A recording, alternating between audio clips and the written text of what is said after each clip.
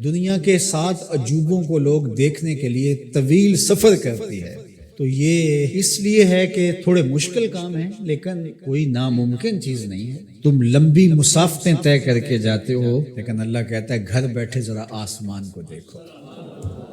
1 fit کی tile دنیا کا بڑے سے بڑا معمار بغیر کسی سپورٹ کے یا ستون کے کھڑی نہیں کر سکتا۔ اتنا بڑا آسمان بغیر ستونوں کے اس نے کھڑا کیا ہوا ہے۔ ذرا غور تو کرو، تدبر تو کرو، زمین کو دیکھو، زمین کیسے ہموار کر دی گئی۔ اللہ اکبر، دیکھنے کو تو مٹی ہے، لیکن اس مٹی کے اندر جب بیج ڈالتے ہیں تو مٹی کا رنگ کیسا ہے، اور جو بیج اگتا ہے وہ کونپل کا رنگ سبز ہوتا ہے۔ پھر اس کے اوپر شاخ، اور شاخ کے ساتھ پتے، پھر پتوں کے ساتھ کلیاں، اور کلیوں کے ساتھ پھر غنچے اور پھول، اور پھر پھل، اور پھل میں بھرا ہوا رس، رس کے اندر مٹھاس، اور اس کے اندر طبی خواص اور توانائی۔ مٹیالی زمین سے اگنے والے پودے کے رنگ میں سرخیاں کہاں سے آ گئی، اس کے پتوں میں سبزی کہاں سے آ گئی؟ زمین کو سیلی ہے، لیکن اس سے نکلنے والے پودے کے اندر رس اور مٹھاس کہاں سے آ گئی؟ تم اپنی مٹی کو دیکھو اور آسمان کو دیکھو، کہیں ایک قدم بھی چل کے نہ جاؤ، تم خدا کو ماننے پہ مجبور ہو جاؤ گے۔ حضرت شیخ فرید الدین عطار کا ایک شعر مجھے یاد آیا، کیا خوبصورت بات کہی۔ سانے کزتی سلاتی می کند، کیسا کاریگر ہے، مٹی سے بادشاہ بنا دیتا ہے۔ یہ جو زبان بول رہی ہے یہ مٹی سے بنی ہوئی ہے، یہ جو آنکھیں دیکھ رہی ہیں یہ مٹی سے بنی ہوئی ہے، یہ جو کان سن رہے ہیں یہ مٹی سے بنے ہوئے ہیں، یہ دماغ جو سوچ رہے ہیں اور جو صغرے کبرے ترتیب دے رہے ہیں، جو کہا گیا وہ بھی، جو میں کہنا چاہ رہا ہوں وہ بھی یہاں گھوم رہا ہے، یہ دماغ بھی مٹی کا بنا ہوا ہے۔ یہ سیاہ گھنے بال، یہ خوبصورت چہرہ، یہ رنگوں کی سجی ہوئی دنیا، یہ سب کچھ مٹی۔ یہ پھول مٹی سے نکلا، یہ انار مٹی سے نکلا، انار کے اندر جو پیکنگ ہے یہ مٹی کی بنی ہوئی ہے، اس کے اندر جو رس رکھا ہوا ہے، بھرا ہوا ہے، وہ بھی مٹی سے پیدا ہوا ہے، اس کے اندر مٹھاس بھی مٹی سے آئی۔ کیسا کاریگر ہے جو مٹی سے کبھی انگور بناتا ہے، کبھی کھجور بناتا ہے، کبھی اسی مٹی سے سبزیاں پیدا کرتا ہے، کبھی اسی مٹی سے پھل پیدا کرتا ہے۔ تو یہ مٹی سے اس نے کیا کچھ بنا دیا۔ اگر آپ دیکھ لیجئے یہ پوری کائنات مٹی سے بنی ہے۔ یہ جو خوبصورت میز آپ کو دکھ رہی ہے یہ کہاں سے نکلی؟ یہ درخت سے آئی نہ، درخت کہاں سے نکلا؟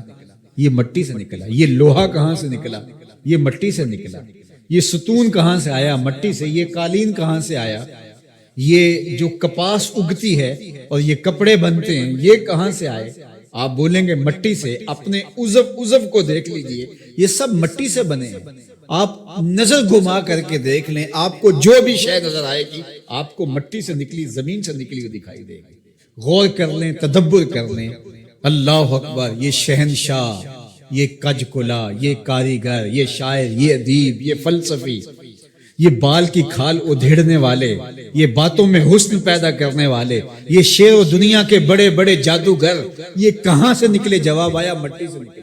واختلاف اللیل والنہار، دن اور راتوں کا بدلنا۔ اب سورج کی روشنی اتنی ہے کہ ماحول منور ہے، پھر دھیمی دھیمی تاروں کی چھاؤں ہوگی۔ کبھی دن آتا ہے، کبھی رات آتی ہے، کبھی صبح کا سپیدہ نمودار ہوتا ہے، کبھی شام کے دھندلکے ہوتے ہیں، کبھی کالی رات دبیز چادر اوڑے آ جاتی ہے، کبھی چٹا دن ہوتا ہے، کبھی گرم دھوپ ہوتی ہے، کبھی کڑکتی دوپہر ہوتی ہے، کبھی برستی بارش ہوتی ہے، کبھی گھر کے سرمئی بادل آ جاتے ہیں، کبھی کوس قزا کی رنگینیاں ہوتی ہیں، کبھی دھنک کی شوخیاں ہوتی ہیں، کبھی بادلوں کی اوٹ سے جھانکتا ہوا چاند دکھائی دیتا ہے، کبھی سورج بادلوں کے پیچھے چھپتا نظر آتا ہے، کبھی درد غروب سے زرد لگتا ہے، کبھی سرخ ٹکیا سورج کی دکھائی دیتی ہے، کبھی اتنا روشن کہ دیکھا نہیں جا سکتا۔ چاند کبھی جوان ہوتا ہے، کبھی بدر تمام ہوتا ہے، کبھی کھجور کی خشک ٹہنی کی طرح ہوتا ہے، کبھی اتنا باریک ہوتا ہے کہ لوگ دور سے دیکھ رہے ہوتے ہیں، دکھائی نہیں دیتا۔ کیا رنگ ہیں، کیا جمال ہے، کیا کیفیت ہے۔ والفلک التی تجری فی البحر، اور کشتیاں جو سمندر میں تیر رہی ہیں۔ 1 فٹ کا لوہا لے کر کے آپ پانی میں پھینکو ڈوب جائے گا، لیکن ہزاروں ٹن وزن لیے ہوئے اس میں لوہا بھی ہے اور بھی چیزیں ہیں، ایک جہاز پانی میں تیرتا ہوا ایک ساحل سے دوسرے ساحل تک پہنچ جاتا ہے، ڈوبتا نہیں ہے۔ وما انزل اللہ من السماء من ماء، اور آسمان سے بارش برستی ہے، گھر کے بادل آتے ہیں، کبھی بوندا باندی ہوتی ہے، کبھی موسلادھار بارش ہوتی ہے، آسمان سے پانی اترتا ہے، کبھی برف کی شکل میں، کبھی شبنم کی صورت میں، کبھی بارش کی شکل میں، اور پھر کیا ہوتا ہے؟ فَأَحْيَا بِهِ الْأَرْضَ بَعْدَ مَوْتِهَا، زمین مری ہوتی ہے پھر زندگی آ جاتی ہے۔ یہ جو فیوجی پہاڑ ہے جاپان کے اندر غالباً، یہ سال میں 4 رنگ بدلتا ہے۔ ایک وقت آتا ہے برف سے بالکل سفید ہو جاتا ہے، پھر وقت آتا ہے کہ برف اترتی ہے تو اس کی سیاہی، اس کا رنگ نکھر کے سامنے آتا ہے، پھر اس کے اوپر سبزہ اگتا ہے تو پورا سبز ہو جاتا ہے، اور اس کے اوپر اگنے والے سبز کے اوپر لگنے والے جو پھول ہیں وہ سرخ ہیں، پھر وہ بالکل سرخ ہو جاتا ہے۔ کبھی دیکھیں تو وہ آپ کو سفید چادر اوڑے کوئی لیٹا ہوا دکھائی دیتا ہے، اور کبھی وہ مہیب سیاہ رنگ کا پہاڑ دکھائی دیتا ہے، اور پھر وہ سبزے کی چادر اوڑھ کے ملنگ بن کے بیٹھ جاتا ہے، اور پھر وہ دلہن بن کے سرخ رنگ کا جوڑا پہن کے نیا نظارہ دے رہا ہے۔ تو پہاڑ تو ایک ہی ہے لیکن رنگ اس کے کئی ہیں۔ لآیات لقوم یعقلون، اللہ فرماتا ہے یہ نشانیاں ہیں اہل عقل کے لیے، اگر وہ تدبر کریں، غور کریں، تفکر کریں۔ جب کوئل کی آواز آتی ہے تو اس کے لہجے کے اندر یہ درد کس نے رکھا ہے؟ جب بادل گھومتے ہیں اور پانی لے کر کے ٹنوں کے حساب سے گھوم رہے ہوتے ہیں تو یہ کس نے سہا رکھا ہے ان کو؟ یہ آسمان بغیر ستون کے کیسے کھڑے ہیں؟ یہ زمین سے سبزے کیسے اگتے ہیں؟ ہم آکسیجن اپنے لیے ان ہواؤں سے کیسے کشید کرتے ہیں؟ رحم مادر کے اندر نقش و ونگار کیسے بنتے ہیں؟ زندگی کی رمق کیسے آتی ہے؟ حیات جاویداں کا نور کیسے ملتا ہے؟